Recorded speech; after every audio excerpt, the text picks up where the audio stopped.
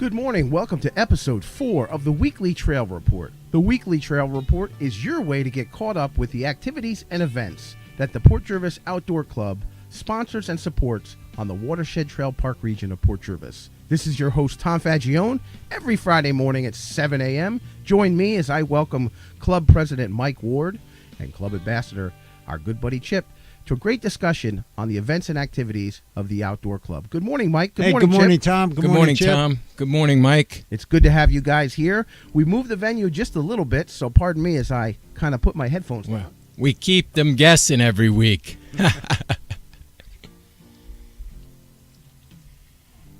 Everything is up and running.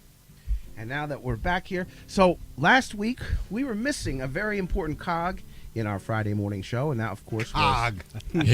Cogswell Cogs and Spacely Sprockets. Remember that. Mike, you weren't here last week. No, I wasn't feeling too well last week. I've been pushing it, trying to get it out of recovery mode. But now, so I don't have the neck brace on. Everything's good. I'm ready to get out there, but they still won't let me on the trails for another month. Well, we're glad to have you back, and we're glad that you're feeling better. That's the most important thing. Yes, indeed. Everything else, great. Everything else, getting you on the trails.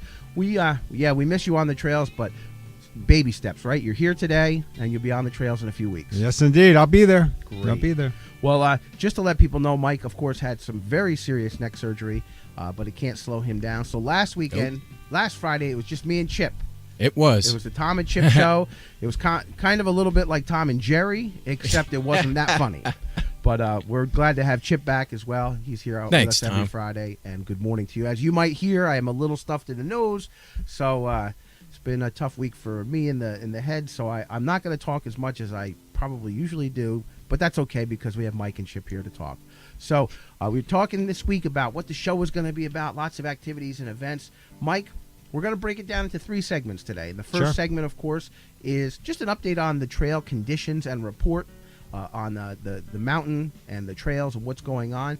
And Chip and Mike, give us a little breakdown. We've had heavy rain this week, but also we're talking about the seasons changing a little bit. So give us a first touch of fall report of the trails.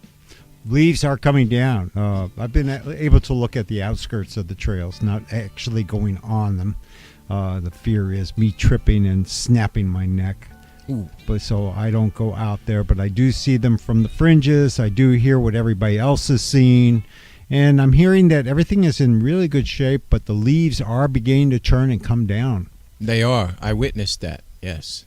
I was on the trails last weekend. Now, that's what I was going to lead into. So the leaves are falling. It is fall, but the leaves are still looking beautiful on the trees. Oh, they sure are. Absolutely. They're wonderful. Quite a sight to see. And you say, Chip, you were on the trails last week.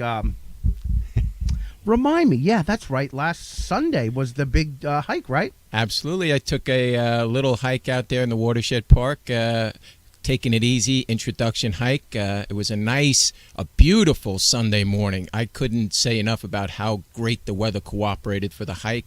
Again, with reference to the canopy and the leaves changing, the colors are phenomenal. And as you're hiking, they're falling, they're just coming down, and it's quite a sight to see. And, it was a great hike morning. How many people were on the hike with you?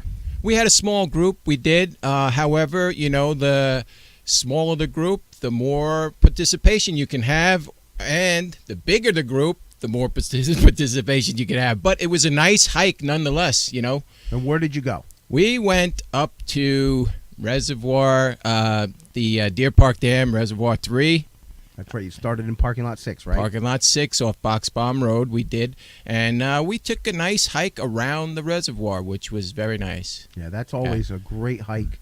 And it's a beginner hike. Anybody can really go out there and do Reservoir 3 or Deer Park Dam. That hike is a lot of fun. Correct. Yes, it is a nice hike. All right. Speaking of hikes and the reservoirs, Mike, jump right in. Give us a rundown of what activities are taking place this weekend on the Watershed Trails. Well, this weekend we always have our Saturday morning run. That starts at 9 a.m. at Brewers Reservoir, either parking lot 4 or 5. Generally, everybody meets at parking lot 4.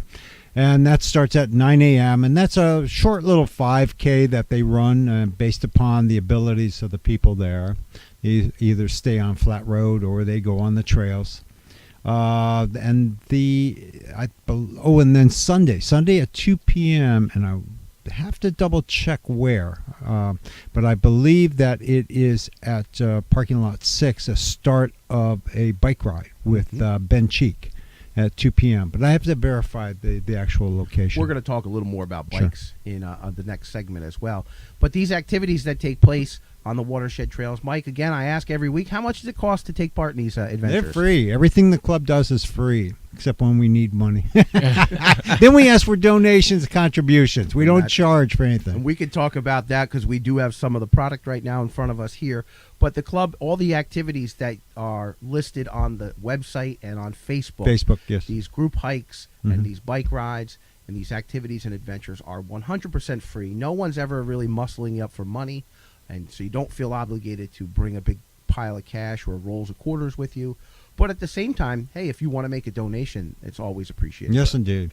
And I would recommend that everybody constantly refer to our webpage, ocopj.org, or more specifically, look for us on Facebook, Outdoor Club of Port Jervis on Facebook.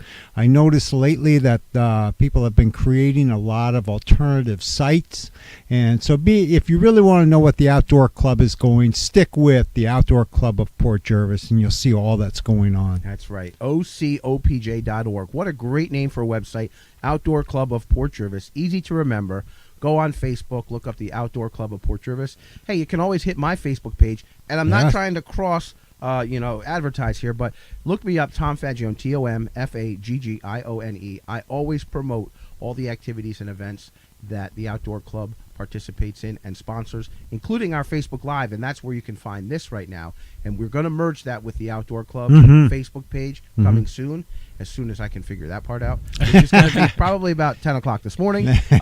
But that's going to be a great venue. And also on YouTube. This is being recorded live right now, but it's being recorded. And we are going to make all of our Friday morning shows available on YouTube. They're free of charge. You can go online, look up YouTube. You can check out Tom Faggione's page. We're also going to have a special link from the Outdoor Club page so you can go and listen to all of our shows. These shows will be every Friday morning, live at 7 a.m., but they're recorded forever. That's great. That's how I was able to watch the two of you from last week. I watched it Wednesday.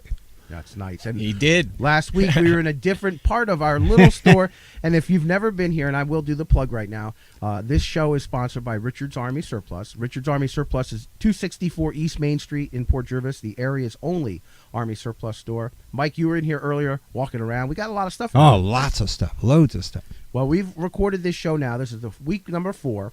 And we've recorded it in this store in 4 different locations. 4 different locations, And yes. if you ever come in this store, you guys be like, holy cow, where'd you find 4 different spots to record it?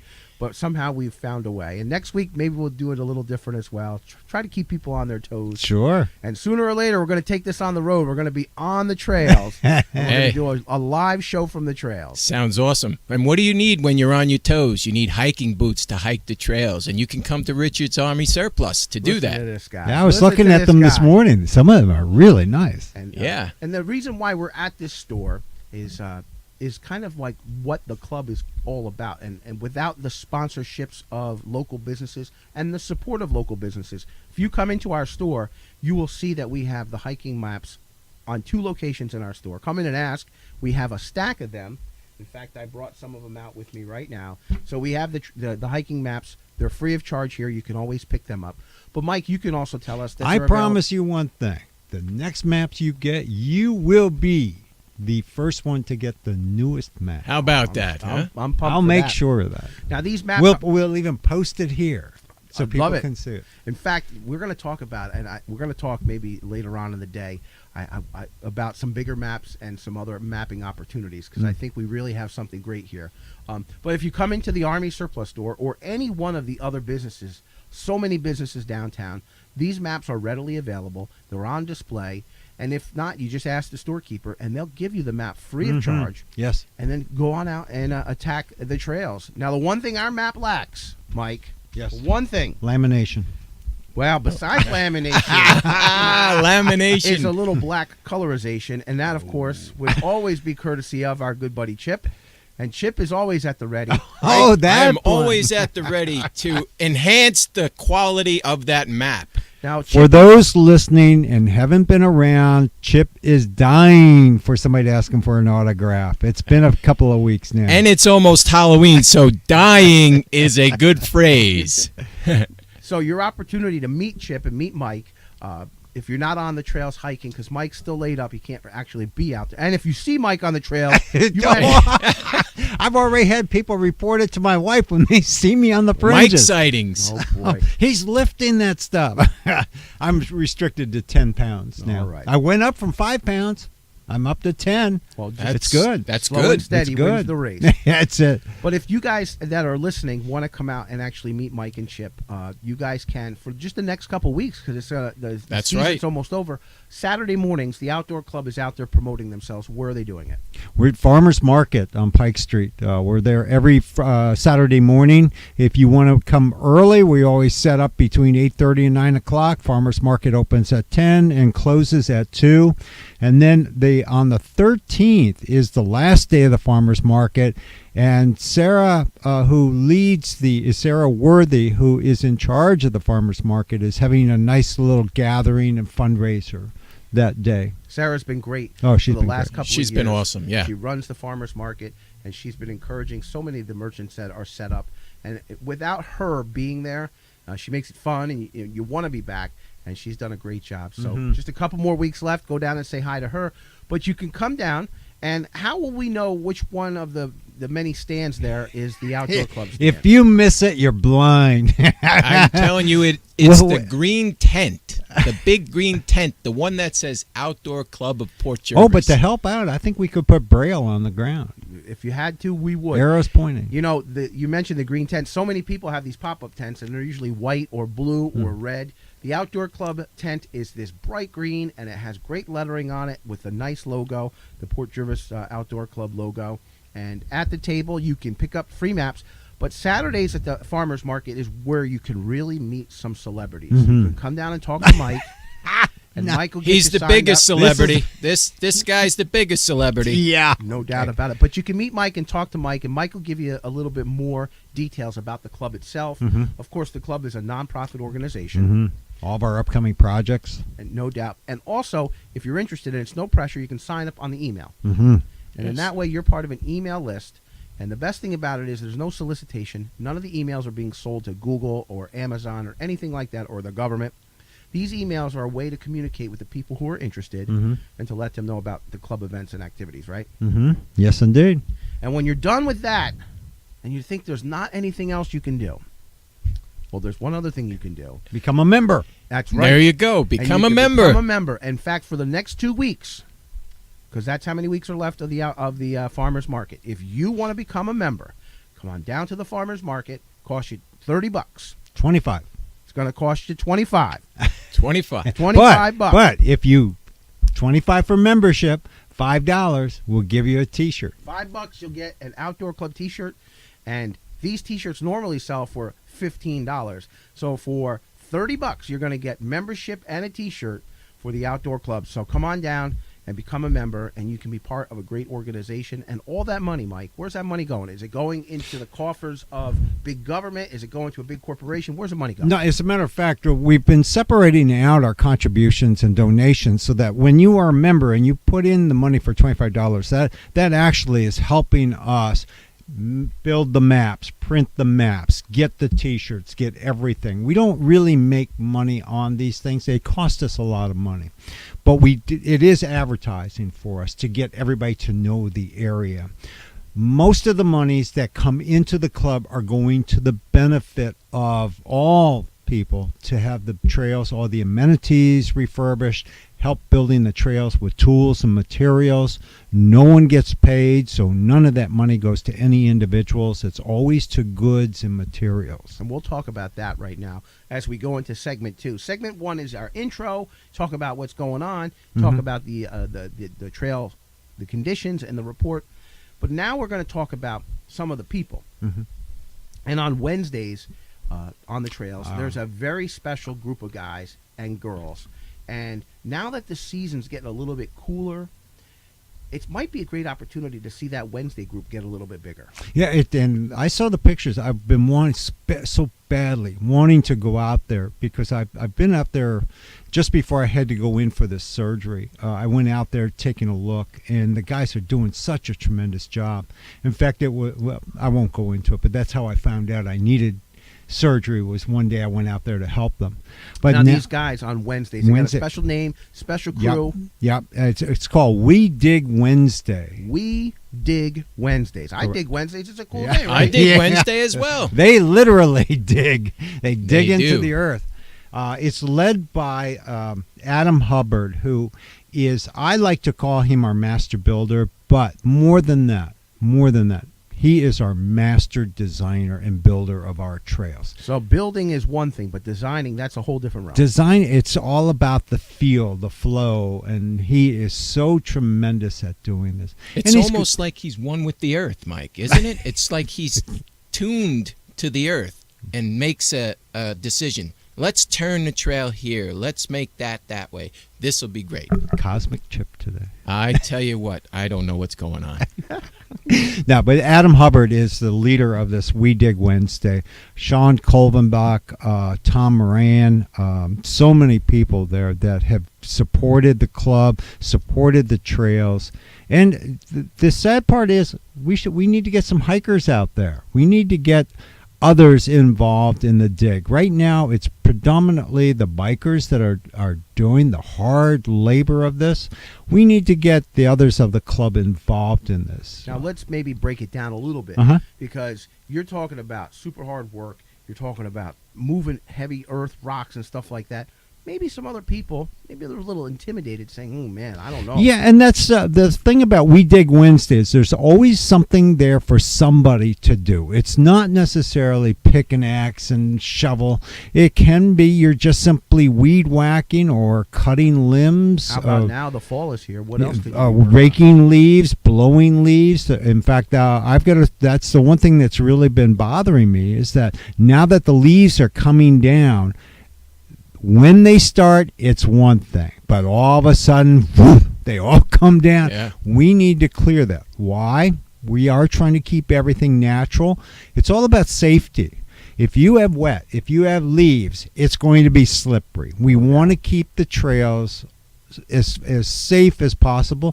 But the other side, too, is don't feel that you're safe going into dry leaves. I personally find the dry leaves much slipperier than having the water and the leaf combination. No doubt. And so we are going to start getting out there and doing a lot of maintenance days, especially over the month of October and into November. So anybody wants to join in, I'm going to be out there with a handheld blower, not a backpack. I just don't want to risk it. Now, just to make it sound more inviting, when you have to rake your yard, think about a backyard here in the city of Port Jervis. That's work. Oh, rake. But when you're raking these leaves off these trails, it's a whole different type it's a whole different thing. It's so easy to do. We would generally, with 3 people, we can easily cover 1.5 miles, 2 miles in a morning. Because we're talking most of the track is a single track. Single track wide, and all you're doing is swooping the leaves off to the side. So if you have, a 50 by 20 yard, and you're raking that, and man, this is taking forever, you can make a lot of headway on a trail because literally all you're doing is raking a pathway. Sure. If you're out there hiking, biking, running, you name it, if you want to take the time, you see branches down across. I mean, your twigs, branches, whatever. Go ahead and pick them up and throw them off the trail. But we do ask one thing, and this is really important, is that when you pick up those branches and throw them off the trail, throw them on the downhill side. If you throw them on the uphill side, they're going to come back. Right, they Chip? always do. Right, Chip? Always throw things towards the downhill side. Downward side, Yeah. absolutely. But make sure nobody's downward and don't hit them in the head. Right. Don't throw anything at someone who's downward. And Loose there are rock. some trails, Cosmic Charlie, for one, you could throw something down that hill, it could roll forever. Yes. So, no, Mike, you make a good point, though. If you see something on the trail, number one, if you see garbage, which has become so rare these days, thank God, pick it up, put it in your pocket. Sure. Put it in your backpack. You're helping out. We always carry like a small, simple trash bag with us when we're out on a hike. If we do see something that needs to be put in a bag, we'll pick it up, put it in a bag, and we'll carry it to the kiosk where there's a garbage can and put it there. So, it's a little thing to have. And if on the off chance you don't have a bag and you find some trash and you're willing to carry it to the next trail post. Leave it there. There you go. Yeah. And that leads into more discussions that I wanted to talk about. Is I've been up there for lunch. I sit up on Point Peter, have a little bit of lunch now and then, and it's so peaceful, so rewarding. A little lunch, Tom? Okay, come on, let's be honest. Hey, listen, I got to take care of myself here. Do those fries stay hot up there on the mountain? Well, I will say one thing. One of the local businesses is moving. Geo's is moving from the Acre into downtown Port Jervis. They've moved. They're gone. I know, and they're not open right now. I got to tell you, they're half a panini and soup. That's a good lunch for you right there, and I can't wait for them to reopen downtown. But sitting up on Point Peter and after eating lunch and taking my garbage to the garbage can. This sounds crazy, but when I see garbage in the garbage can, I'm happy. See, now that brings up a good point, too, about monies that are being contributed to the club. That's one of the areas that we're trying to cover as well. Right now, it's a simple trash can that's been up there for years. It's nothing more than a 55-gallon drum with the top opened up, and that's our trash can. We're after the animal-proof trash cans to put up there, which means that not just the animals, but the winds will keep the trash from blowing around. And that's where a lot of these funds are going to be going to. Those trash cans are expensive, but I think it's going to be very worthwhile to have. Point Peter, the different parking lots, the campground area, get something that when you put the trash in there, it's going to stay until it's collected. Yeah, that garbage can on Point Peter, at the Point Peter parking lot, is duct tape. They duct tape the trash can liner up there. And if it's empty, it's going to blow up into the wind. And then if garbage is in there, you hope that none of the garbage, like the napkins or light stuff, will blow out of there. Mm-hmm. But, hey, listen, the good news is that there are garbage cans up there. Yes. And as good hikers and bikers, if you see something, take it off the trail, throw it downward. But if it is garbage, take it with you. Yeah, and kudos to your brother and his crew that go up there. Wayne Addy and his crew go up there all the time collecting the trash. And just to differentiate between what the city does Mm-hmm. and what the club does, the city is responsible, because it is a city park, to empty the big trash cans. Yes. But what the city doesn't do is no DPW workers are walking the trails during business hours on the clock picking up garbage. That's not their job. Correct. That's Correct. the job of the volunteers in the club and anybody that's participating or enjoying the trails. Yes, and it benefits all of us, and that's why I think if we get the animal-proof trash cans, we can put them in the more remote areas to where we know that there'll be a garbage collection maybe once every couple weeks, or the club can pick it up. It's something that we can't ask DPW to go out and do, because it's taking too much of their valuable time away. Because Jack Farr and his crew do a tremendous job in this town. They do. Supporting us in what we do, collecting the trash. I know I can call Jack and say, Jack, I've got 5 piles of trash to be picked up that the kids have cleaned up for us. He will get somebody out there almost immediately to do it. But we can't do that on a regular basis. We don't have the time, the manpower, or the money for the city to continuously. And that's not the goal either. We don't want the city to be the garbage collector up there. We want to make sure that the people that come in take their own garbage with them, and that the club themselves can help out and make that and we're finding that the more it's cleaned up, the more people are taking their trash home with them or depositing it in the right places. And that's good. And, one of the things that bugs me is, and you see the signs for litter, and you see people that would throw litter out of their window of their car. What's wrong with you? Most hikers and bikers, if there is garbage, it might be inadvertent. They don't realize it falls out of their backpack. Mm-hmm. So, but I appreciate that, and it's always good to talk about that. Let's talk about a couple other things. We've been talking about the condition of the trails, talking about club events. There's also another big event coming up next weekend that we want to touch base upon, and that's a mountain bike race. Right. They have the Erie 80 Mountain Bike Festival, as they're calling it. It's a bike race that's going to be held throughout the Port Jervis watershed. And that will begin on Sunday, the 14th of October. I believe registration and all that is still open. You can look on our Facebook page or even on our website, and you'll see references to that and how you can go register. This is something that the club supports. It is a commercial race. The club does not receive, we do not make any money of it. We're not a partner of it. We do support it. We do get contributions from the race organizers, given that they're members of our club. But it is our way of helping the race, but also maintaining the watershed for what we want to see it to be, and make sure that it is there for everybody to use. And as you now have heard, that there is this race on October 14th. If you're going out hiking, biking, just be aware that you're going to see a lot of bikers out there, and they will be on the trails and moving at a fast clip.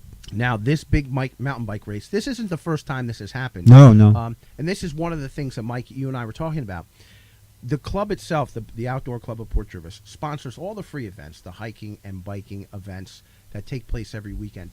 This is an event that is, I would say, in parallel to the club. Mm-hmm. We've had several mountain bike races in the past that have been just spectacular. Racers from all around the country have come and participated and enjoyed.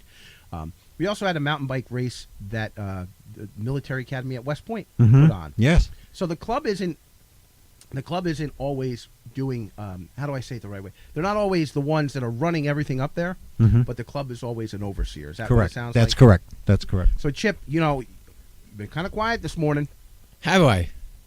We're going to talk about some mountain bike racing. I know that you took a hike last week. Where are you progressing on with the bike? Have you taken the bike up there recently? I haven't taken the bike up there recently, but I am progressing with saving my coins so that I can get a mountain bike, a more adaptable, trail-friendly mountain bike. So I spoke to Philip, one of our club members, about saving my coins and being able to get a mountain bike. So I'm getting closer to that goal. So I am anxiously anticipating getting a trail-friendly bike. Even though my current bike is trail-friendly to a degree, it's not quite rated for all of the trails, and so, but I am ready. I'm ready to do it. I am. Well, you just walked right into our next segment, and that is our gear segment. And you talked about two things so far today that I really appreciated. Number one, you talked about bringing a backpack with you and keeping a little garbage bag in there. It's easy enough to do. It can be as small as a shopping bag, right? Correct. Yes, small shopping bag, little plastic bag, doesn't take up much room or space, isn't heavy at all with weighting you down, and I think it's a little important thing to have, just in case you do spy something there and you want to pick it up. No doubt about it. And we'll talk about bikes maybe a little bit later. But let's talk about gear a little bit. We're sitting here right now. Mike's got a T-shirt on. I got a short sleeve windbreaker on. And Chip, you have very, very nice club official zipped up jacket. That's right. Here it is. It's an official change of season club jacket. Logo right here on the breastplate. Very change of season friendly. And the reason why we want to talk about this now is, Mike, you have a T-shirt on right now. Mm-hmm. This afternoon it's going to be T-shirt weather on the trails. No doubt about it. It's going to be sunny. It's going to be warm. I have a light windbreaker on, which is perfect for a morning hike. To get out there and enjoy yourself. Chip, you got a jacket on that's a light jacket, but still warm enough. Correct. Yeah. Now, this season, this type of season we're in now, the fall. Mike, where are we in terms of what kind of clothing and gear should people prepare to bring with them when they're going to take a hike or a bike ride? Multi-layers as always. This kind of weather, you'll go out this time of morning and 48 degrees when I left the house. 48 degrees, you'll need a jacket, you'll need a T-shirt, but then as you go through the day, even before you reach that 55 degree mark, you're going to be sweating and you're going to want to take it off and it's going to be hot. But it's always nice to have multi-layers, and one of the things that isn't critical but I would recommend is get T-shirts and undershirts that breathe, that wick away the moisture. The more you keep the moisture off your body, the more comfortable you're going to feel. You keep that moisture on you, you get cold. And it's evaporating. That's what they call evaporative cooling. And that's what your body is meant to do. But if you're holding it on the inside, you can also overheat at the same time. So making sure it breathes. So if you have multiple layers, it makes it easier on you. A lot of people don't like to wear the synthetics that breathe. So wear cottons. But make sure that you have multi-layers because you know it's going to get wet. And this is the perfect time of year to really prepare to have layers, because right now it's cool. In the morning it's going to be cool, but in the afternoon it's going to be warm. And also, like you mentioned, you just get going and your body's producing heat. you get hiking on those trails, and next thing you know, you're sweating. It's Sure. just like an onion, Tom. An onion has many layers. So in order to get to the key parts of the onion, you have to peel the onion back. So when you're hiking or biking and you have these layers, you're peeling that onion back, getting Always to thinking about food. always thinking about food. A healthy food nonetheless. An onion is good for you, by the way. Chip, are you recommending that you pack a bag full of onions and hike with a bag of onions? Because my friend Paul Ruskevich, who's a farmer in Pine Island, he right now, if he's listening, he'll be saying, I like Chip. Paul, I like you too because onions are great. I incorporate onions in a lot of my food. Notice that he hikes and bikes by himself. I do. He eats a raw onion, and when he gets to the That's trailhead. it. I do eat Onions raw at onions. 7:30 in the morning. I've had an onion like an apple. Honestly. And Chip, this is the trail report. The other report that we're going to do, where we have you laying on a couch, that's for another day and another time. Food is Tuesday. Couch is Thursday. yes. But talking about gear, it's always nice to have a light backpack with you because you're going to start with a jacket today or a windbreaker. Well, when you take it off, you're going to want to put it someplace. So bring a little backpack with you. Right. So And what other? just as important is footwear. There you go. Footwear is most. Yeah. In my opinion, footwear is most important. You can always deal with your upper body by adding layers, taking off layers. But feet, you're in a shoe or a boot for the entire time. Now, we were looking around here in the store this morning, and not to say that you can only buy your boots to hike on the trails here, but we have boots here that You start get some that great, are yeah. very affordable, and you can also spend big bucks as well. Sure. But it's not necessary. No, it's not necessary.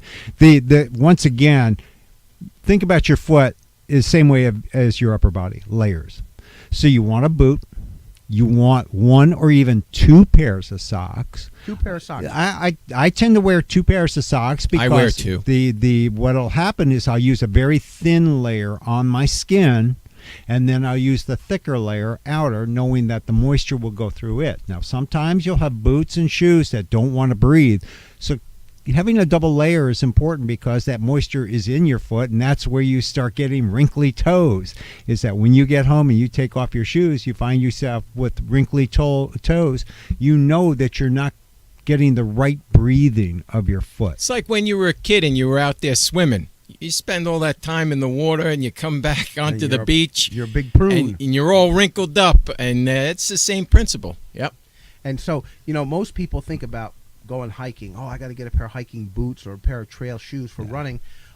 Most people probably skimp on the socks. They do. They skimp on the socks. And then, sadly, and it usually is because of limitations of monies, that a sneaker is not conducive to hiking, really. It really is not. And more than just the ability to walk. I mean, the flexibility is there, especially when you're walking over rocks and roots. But keep in mind that when you're walking on the trails, your ankles, a boot is much better in that supports your ankles so that you're not out in the middle of the woods. You may think it took you a half an hour to get there. If you have a sprained ankle, it's going to take you 2 hours to get back. Yeah. If you can. And speaking of which, hopefully no one does get hurt up on the trails. But in your backpack, it's also recommended throw a little bit of a first aid kit in there. Sure. I mean, it's always a good thing to do. In fact, I make it mandatory that, for instance, when Chip did his hike, I provide him with a first aid kit. So he can always have it out there with people. You never know what's going to happen. Yep. You can be walking down Front Street and you could trip, and you better be prepared for it. So a little bit of a first aid kit doesn't hurt to have in the bag. And last but not least, Chip, is the subject that we always turn to you for. What is that, Tom? I don't know. What is it? Maybe it is hydration? Hydration. Hydration. Yes. Hydration is key. We always stress that. You're going on a hike or a bike ride or a trail run. Make sure you have something to hydrate yourself with. During this cooler weather that's approaching, and I think we stressed this before, your body feels less likely to want to take a sip of that water. However, you do need to sip that water, okay? So you may be saying, I don't want to, but you should have something out there with you to hydrate because it is key to your workout. No doubt. Yeah. In fact, always good, and water's probably the best substance to always bring with you. Water is great. And when you're exerting yourself, everybody is different, but I highly recommend that you always have something at room temperature, not have very cold, not very hot. It doesn't work. It's a good point, It Mike. really doesn't work. It does work. Very hot, you As can far as easily that, burn yeah. yourself. Easily, cold, what I found in those people that like to drink something really cold, no matter what time of year it is, it makes their muscles constrict in their neck. And you can see that those have really exerted themselves, take a swig of something super cold, and they'll start choking on it. Really? And plus, with the temperature outside, if you have room temperature, the temperature of the weather is going to naturally cool your hydration beverage of choice. So you got that going for There you. you go. So it's always important to make sure you have that water with you. And water. Water. People like to talk about Gatorade and stuff like that. Gatorade is so packed with sugar that the water is probably the most important thing. They'll say the electrolytes. Well, yeah, you do need to replace sodium, but there's so much sugar in some of those drinks. Just make sure you look at the labels. And the best thing is, the label on a bottle of water is pretty easy to read. Mm-hmm. Yep. Water, a piece of fruit, or a fruit bar. Or, Yep, you can throw a little power bar in there, a little fruit bar.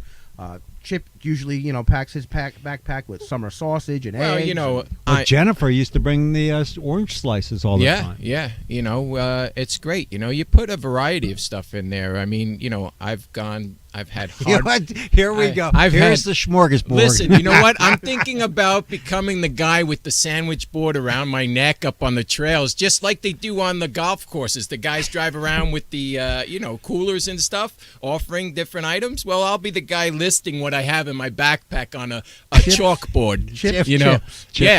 Chips, hard-boiled eggs, summer sausage, you name it, I'll have it. Trail mix, it'll be on there. With proceeds going to the outdoor club. Absolutely. Donations welcome for sustenance. You've That's heard what it'll that. be. He's Yeah. taking all proceeds, donating it to the club. So remember when you're on the trail and you forgot your water and you're near passed out and you just can't make it, Chip will roll up on the scene and say, I have a bottle of water. It's only $5. And if it's not Chip, it'll be Jennifer.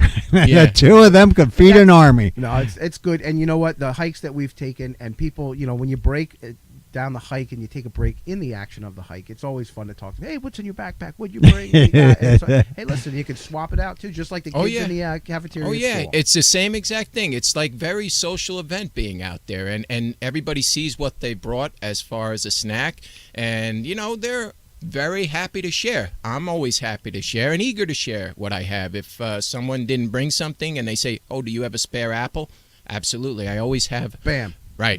I don't have an orchard in my backpack, but I do have maybe a couple apples in there. Oh my God, this is just going off the rails quick. It is going off the rails quick. But the last subject we want to talk about, and then we're probably going to wrap it up for the day, is Mike, you and I talked about it before the show a little bit, is accessibility to the trails.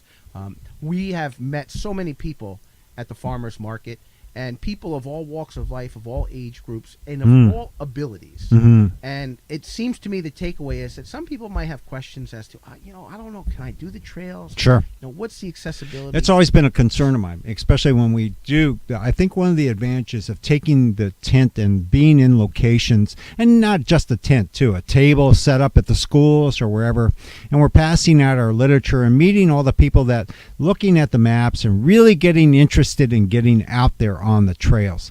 And we see that there are a lot of seniors, even a lot of handicap are wanting to get out there. And in the area here, we actually have some pretty good things available to, say, those in wheelchairs. We've got the D&H Canal Path, which is already paved for the handicap. Although, honestly, in the last couple of years that I've been talking with ADA officials about the kind of things we can do for trails that would be conducive to getting them out there more often, is using hard packed surfaces, meaning rock, where you're vibrating it packed down, and it's a natural stone as opposed to an asphalt or a concrete. That most of the ADA officials that I've talked to, they say that when we go out in the woods, we want to be out in the woods. We don't want to be on a paved surface.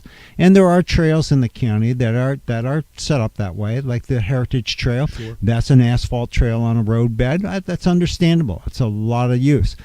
Because we are a watershed, we are really restricted as to what we can use material-wise. So we can use hard Hard pack's expensive, but we can get it, and it's hauling it. It's hauling it out to these trails. We do have on the map, if you look at the maps, the white trails, the yellow trails, they're pretty much old woods roads, and they are easy for people to get around. Now, there are trails such as the yellow trails. It's more specifically Reservoir Road from Deer Park Dam all the way down to Brewers Reservoir. That is all stone, and that's hard to navigate with a wheelchair. But we are on our trails, we're working on surfaces that people will be able to utilize for just about anything. That's not to say 100% of our trail will never be able to do it. You cannot ever do a trail in the woods that's truly 100% ADA compliant. But at least a large portion of our trails will be there for those that want to do it. And with the growth potential of the Riverside Park, Mm-hmm.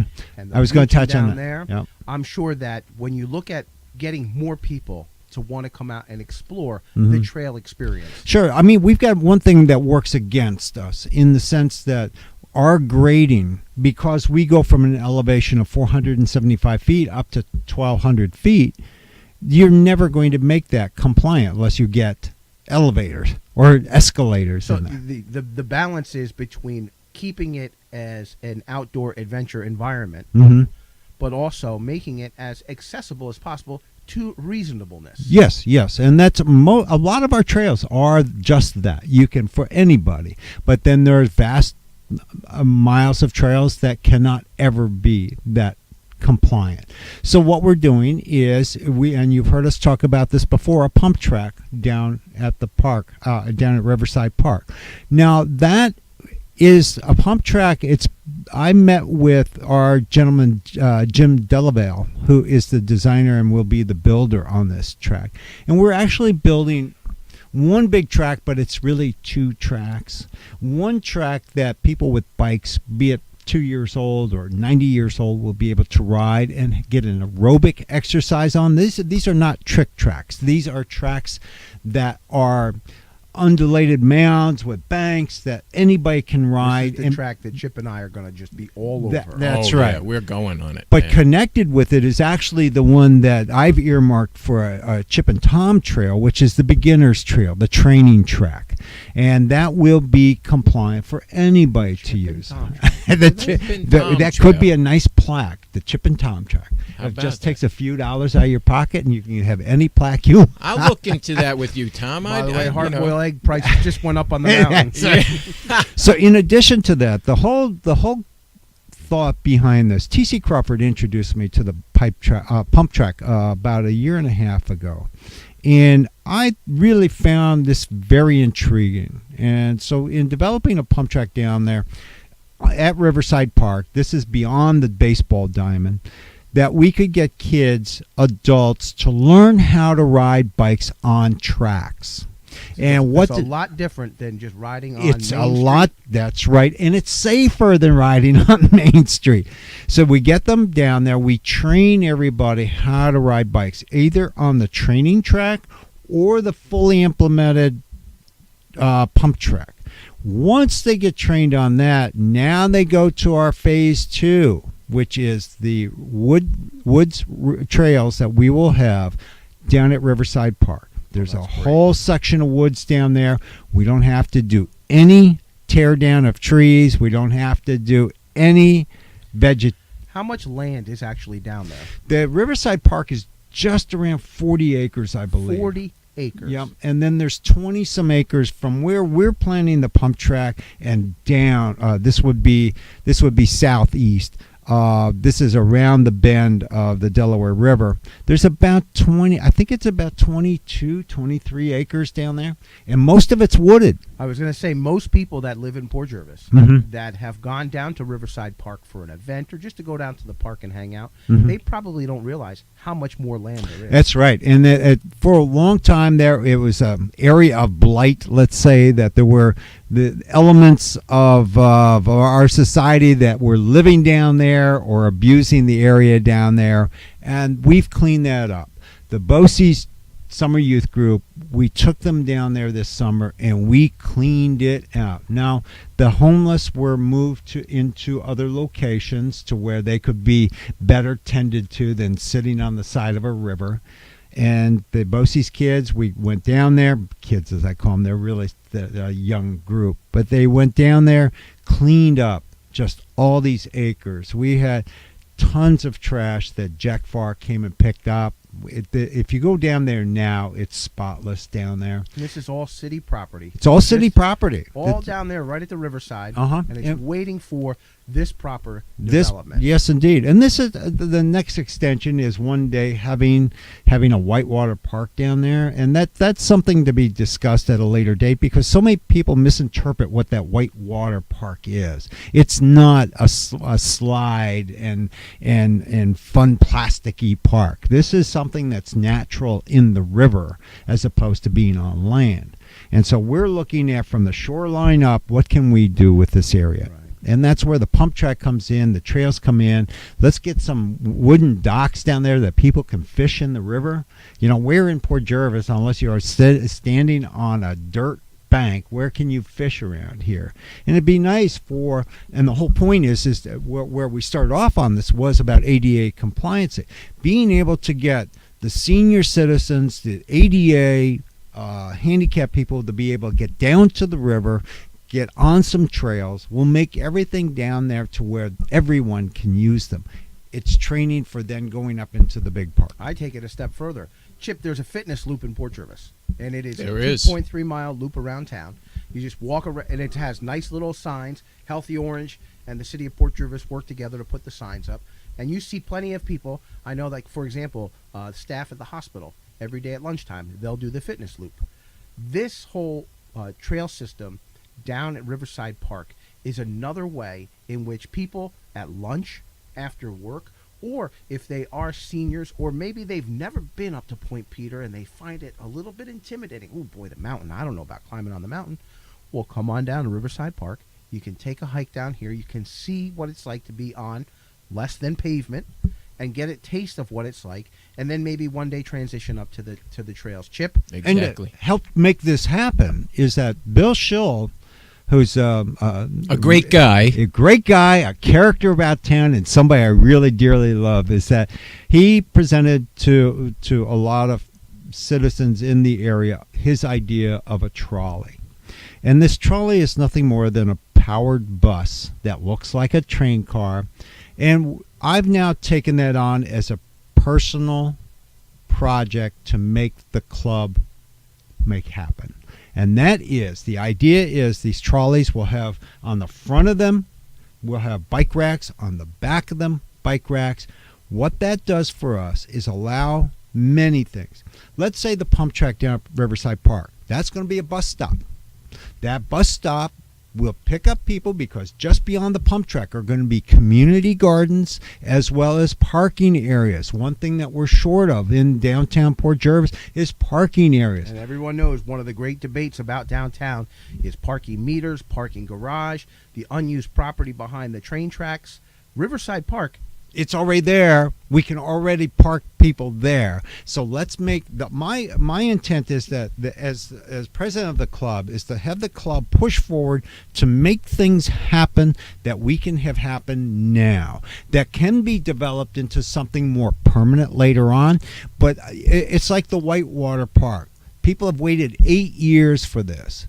Now I'm going to push the club to make things happen now. The pump track, the trolley. Now going back to the trolley, if you park down at pump track, now we'll have the trolley go over to the senior homes at the end of Jersey Avenue and Main Street. So many people there don't have the ability to get out and about. So let's have them pick up people there. Bring them down to Riverside Park. Take them up to the different parking lots in the watershed. Take them down to where the trains are, the turntable. There's a parking lot there. That's city property across from the trains. They spent a lot of time and money to beautify that area. Let's utilize that area. Let's make that a parking lot. And I've been talking with Bill Schill and the mayor about... A great guy, by the way, Bill Schill.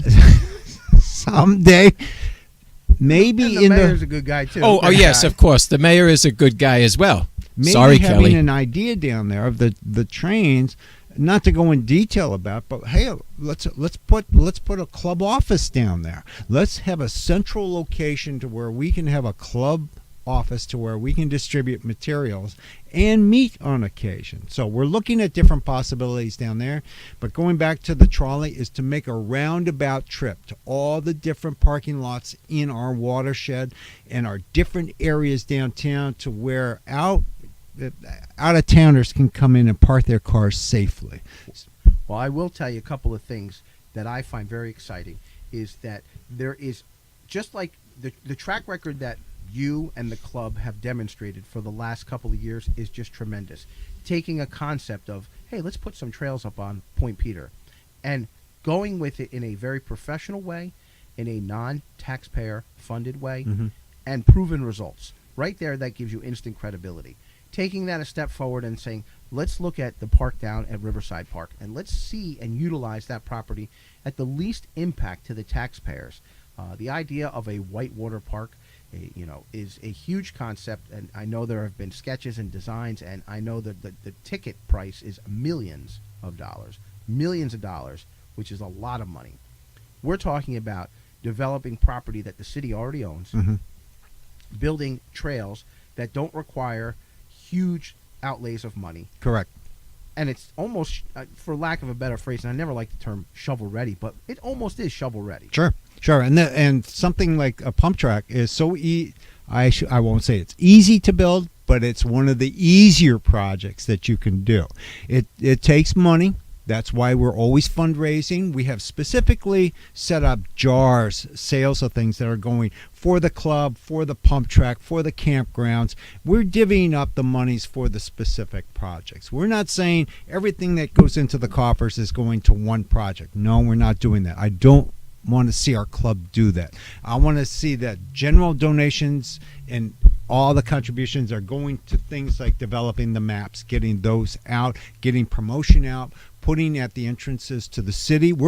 Club is going to buy signs that we put up at the entrances of this city to say the Port Jervis watershed trails and recreational areas. Something that people are coming from out of town to see. Let's get that signage up there so they know where to go. Well, it's funny you mention that because I'll put on my political hat, and as your county legislator, I was at a symposium this week that was put on by Legoland, New York, and other entities. It was in Goshen, and the topic was public transportation in Orange County. And the big topic was, what do we have now? What impacts are coming in the future? And what are we going to do to address that? And we have 3 cities in Orange County: Port Jervis, Middletown, and Newburgh. Newburgh and Middletown both have a fixed bus route where they have public transportation at fixed bus stops. City of Port Jervis does not. And the topic was, well, does the city of Port Jervis need such a thing? And the concept is, it would be great for some people to have a fixed bus route, but the costs associated with that, with a city of less than 9,000 people, it's quite a huge ask in terms of the financial contribution. But the other concept is, Legoland's coming. That means visitors are coming. You have Woodbury Commons, Legoland. You're going to have a Great Wolf Lodge is looking at building in the Warwick area, and you have a casino up in Monticello. More and more people are coming to this community. Let's microcosm that to the city of Port Jervis. The watershed trails have become a destination for people, and the growth of that Riverside Park project with a pump track and hiking trails that are, let's just say for lack of a better term, a little less impact, a little low impact, easier to go on and enjoy. This is going to draw people that want to come and explore. And I think that the club has a great concept and a great idea, and the proven track record of the club is what's going to lead you through the future. Bill Schill has lobbied me endlessly about his You trolley. missed it. He's a great guy, by the way, that Bill Schill. Bill Schill has lobbied me a lot about the trolley, and Bill, you're going to yell at me, I know, but every time you tell me about the trolley, you always say we need money, and I'm like, Bill, I understand, but we have to think about this and talk about it and say, hey, wait a minute, before we just force taxpayers to pay for this, let's look at avenues at which we can generate money, and that maybe a club or a nonprofit organization can come in and really be the spearhead on this and make it happen. Bill has provided me with tons of materials. I've been talking to many of the companies that can provide us with these buses.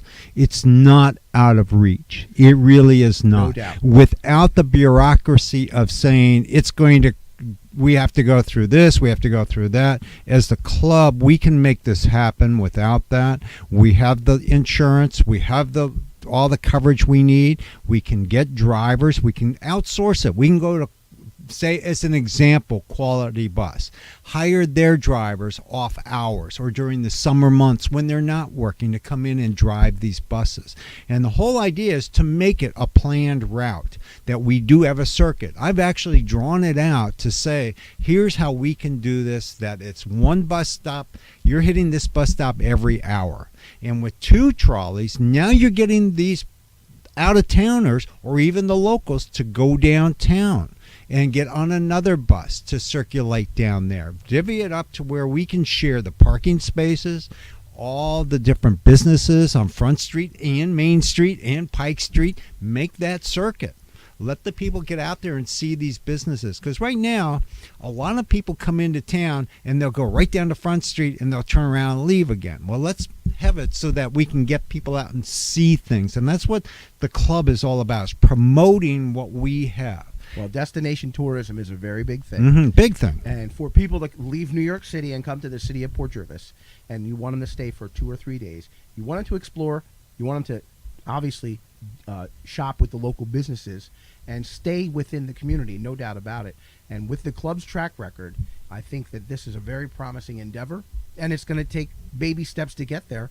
But just like everything, I mean, how many miles of trails do we have now? We're at 40, and the next map will show 47. So 47, but you couldn't get to 47 without going through without a 1 starting point. and Correct. 2 and 3 and 4. And so just like the trails themselves, without going the steps to get to where you are now, you could never just jump right to 47. And nobody's magically going to turn a switch and there's going to be a bus route in Port Jervis and it's going to be fully privately funded and it's going to be free and fun and stuff like that. There's going to be some hurdles to get through, no doubt. A lot of about hurdles, it. sure. But with the club leading the way and the club's track record, I think so many people are going to be like, wow, this not only, and you mentioned it, not only is this possible, but it will become a reality. Sure. And the one thing that I have to say is that over the last 2 years, the enthusiasm of all the people that come up to us at the booth, those people that want to get out and experience all these things and become members of the club, there's a lot of enthusiasm that keeps me moving along on this, because if we do reach that point where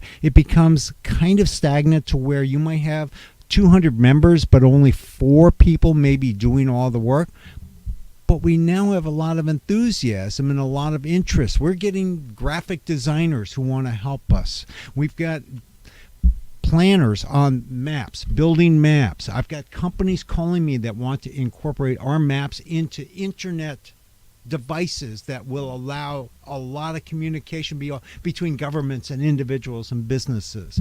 Well, Mike, you've done a great job of putting it all together in terms of building the strong network of the club itself, but also its outreach to the government sectors, which you have to do because it is city property, but also embracing the local businesses as well as regional businesses and maybe even big corporations, and looking at this and saying, you know what, Port Jervis is a real city that has real potential, and we have proven results of the real potential being realized. Yeah, and that's I think that what you're talking about too is something that's very important for everyone, be it club members, board members, just your local citizens. It's not just getting out there and building trails. You can build a trail anywhere. You can get experts to build the trails, and there'll be great trails. But that trail will not exist if you're not bridging the gap between government and that private entity, especially if you're using city property.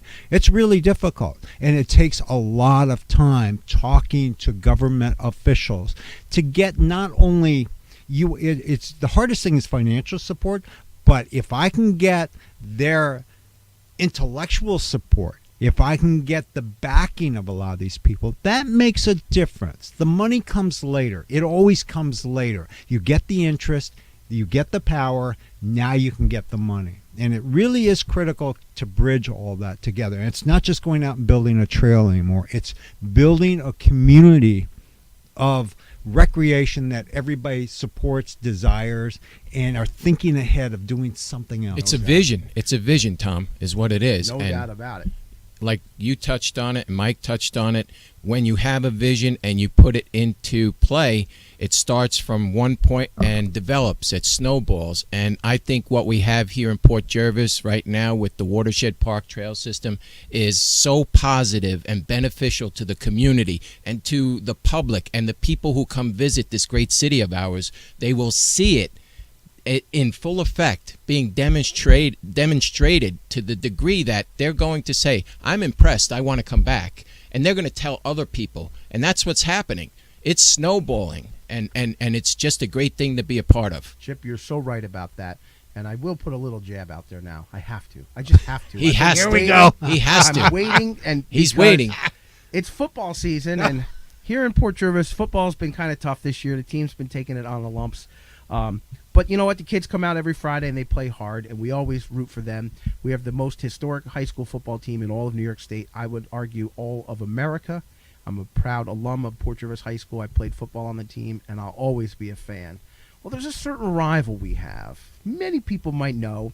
In fact, the name of the city, what kind of name is it anyways? It's not Newburgh. It's not Port Jervis. Wait a minute. What do they call it? What's it? In between town? Oh wait, what do they call that? They call it Middletown. Middletown. It's like a made up name. But anyway, sorry for my Middletown listeners. But this jab's going out there for just a little bit, and it's a compliment to you, Mike Ward, and that is that the trail system that has been built here in Port Jervis and the way that it's been done, and the club and the organization and the growth and vision of the club. You have other municipalities that are jealous and excited and exploring their own communities and saying, how do we do what Port Jervis is doing? Mm-hmm. And when you get other communities to say that, you know you have struck gold here. Yeah, and realize too. I mean, you constantly are saying me, pointing to me, Mike Ward, but it's not. It's the entire membership and those of the community that really support us. I couldn't do this without an Adam Hubbard. I couldn't do this without our ambassador. Well, wait a minute. You're going to make Chip's head get big? Yes, in the sense that when it's not about as we've been saying all along, it's not just about building the trails. It's about the outreach. It's about talking to people. And this guy is the biggest ambassador out there. We've got so many great members. Philip Johnson, T.C. Crawford, Ben Cheek. I mean, they get the word out. DJ Birch, who originally conceived of the park, he comes back every now and then, and he gets the word out. And Tom Faggione, he's a member as well, and he's a big promoter of the club as well. You know, we're all a team. That's what it's about. Big dramatic pause after that big there, Chip. It's a team effort, Tom. I guess is what Mike is saying. It can't be that. No. Sure, Mike one is person at the cannot helm. Do it. Right. One Mike is at the helm as our president, and he does an awesome, fantastic, great job in doing so. But the club members and the team that we have has put this into effect where it's really, like I touched on earlier, become a positive thing for the community. Well, your audience too, Tom. Your audience is just as important as our audience. Our audience. Because no one's listening to me, guys. And Bill Schill, he's a great guy. And Bill Schill, the great guy, Bill Schill. But it's really important. You mentioned some names. You know, two or three people that I know that really just brings home the whole concept of, you know, building the watershed trails and really enjoying it. Are Danny Piscatelli, works in the water plant. Tim Shear works in the water plant. Mm-hmm. Danny's out there. He's building trails. He's working the trails. He's riding his mountain bike. He's begging me to go mountain biking with him, but he's a former Marine. That guy's crazy. I know if I go mountain biking with him, they may never find me. He'll be out fine. He won't even have sweat on his head. Duke will take care of you. Yes. Duke will take care of me. But Tim Shear works at the water plant, and his wife and his sister-in-law, they are great contributors to our hikes, and they always bring a lot of fun when they come out with us. They do. And so, meeting people and bringing people together. And I may say your name, Mike, because, Mike, you are the president of the club, and you're the glue that's brought all these different factors and sectors in, and we really appreciate that. And that's why we do this show. We don't do the show on Friday for Mike Ward, but we do the show because we want to make sure that people can learn more about the club, learn more about the trails, learn more about the events and activities, but also just realize that, you know what? This is what happens when people come together. Right. Not when government imposes on you, and not when a big corporation builds something. This is what happens when people in your community get together and say, you know what? We have something nice here. Let's get the right factors together and let's build upon it smart way and continue to promote it in a positive way. And with your leadership, we are here today, and where we'll be a year from now or 2 years from now is just going to be continue to go up and up in a positive direction. So I appreciate you, Mike, for being here. Well, thank you, Tom, but I also appreciate everybody in this club and everybody that listens and follows us and helps us. It's just, you cannot imagine how much I would like to thank each and every one of you. Well, you can thank them all tomorrow at the Farmers Market at 9 a.m. Yeah, come They'll on be down. the receiving line of handshakes. Yes. Chip will run out of Sharpies. Here they are, Tom. Chip is at the ready. But tomorrow morning from 10 to 2, you'll be at the Yep, Farmers Market. Farmers Market. Next weekend, of course, is the big mountain bike race, Yes. and that is called the Erie 80. Erie 80 Mountain Bike Festival. And then the festival will be at Riverside Park. There's going to be a concert. It's going to be great. It's going to be open to the public. So if you're not into mountain biking, you can come on down and check that out. That is a commercial entity that is Right. working with the city that the club is supporting. exactly, And that's a network once again. Correct. It is a three-way network, and one of the reasons why the club also exists is to be that liaison between the city and some of these commercial events that are going on. We'll be supporting them. It all originates in Riverside Park, and it also terminates in Riverside Park. But in the meantime, in the middle of that is all up in the watershed. Oh, it's going to be great for those guys. These guys are hardy mountain bike riders. Yes, too. they are. And then the weekend after that is the Tricky Tray. Tricky Tray. We Tricky Tray. cannot go without talking about the Tricky Tray. And that is, this Tricky Tray is being led by Betsy Gardner and her husband, Bob Gardner. Bob. And this is all to benefit the outdoor club, and more specifically, the building of the the pump track and the trails down by the river. And Chip, you were talking about this last week. Give us a quick rundown about the Tricky Tray. Okay, so the Tricky Tray is October 20th at the Port Jervis High School Gymnasium, and the doors open at 12 o'clock, and the calling begins at 2 p.m. So what that means is you need to get there early to buy your tickets. Lots of tickets, folks. Lots of great prizes going to be offered. I'm not going to say what, but if you check out our website on Facebook and on ocopj.org, right? Did I get it right? Yeah, you got it right. All right, there we go. You'll see what's being offered, some of what's being offered, but it's an exciting event. Hey, just to say how exciting it is, I had a neighbor come up to me and offered me 2 wrapped baskets recently, said they wanted to be a part of the Tricky Tray for the outdoor club. I gratefully acknowledged that and took those baskets, and they will be offered at the Tricky Tray event. So there's still time, folks, to get involved with the Tricky Tray. If you want to volunteer for the event, that would be awesome. If you want to put something together for us to offer to the public in a basket form or a gift card, we've had great responses from the public, and also the local businesses have contributed a lot of things. So this is really an energetic, full-force event, October 20th at the Port Jervis High School Gymnasium. And you'll see all the info on our webpage as well as Facebook, all the contact info if you want to be involved in it. Just all I ask is, if you're going to put puppies in a basket for us, make sure they're not sealed in plastic. That would be very smart. We're going to make a donation here from the Army Surplus Store. And one of the great things about the Army Surplus Store is that we've done this in the past for other events. We take an ammo can, fill it up with survival supplies, and that is our gift basket. Oh, nice. Nice. That's great. I might suggest that it could be one of the highest earners for you guys. It may produce a lot of tickets in that bucket. I don't know. That's going to compete with Bill Schill. Who is a great guy, by the way, Bill and his Schill. basket. He's got one hell of a basket. One heck of a basket will be contributed by Bill Schill, a great guy, by the way. It'll be competition. It will. I might have to dig deep and get maybe a Chip autograph and put that in my basket. Well, you know what? I think I'll have a map with a bucket on the side, autograph map, see how many tickets that draws. Well, oh boy, I don't. You know what, Chip? You might have to contemplate that one for a little bit. Maybe you have to put some hydration and a couple hard-boiled eggs. I in might there. put a couple things in there for you. You know, a summer sausage, some hard-boiled eggs, There some you trail mix. Who knows, you know? Well, guys, that's going to do it for the fourth episode. Episode 4. Big Just like episode. that, yeah. Yeah. And it was a lot of fun today. I hope all of our people that are listening on Facebook and YouTube enjoyed. You know, we're still working on the camera scenes and stuff like that. We're more audio than we are the video side, but the whole point is to bring out the information about the Outdoor Club.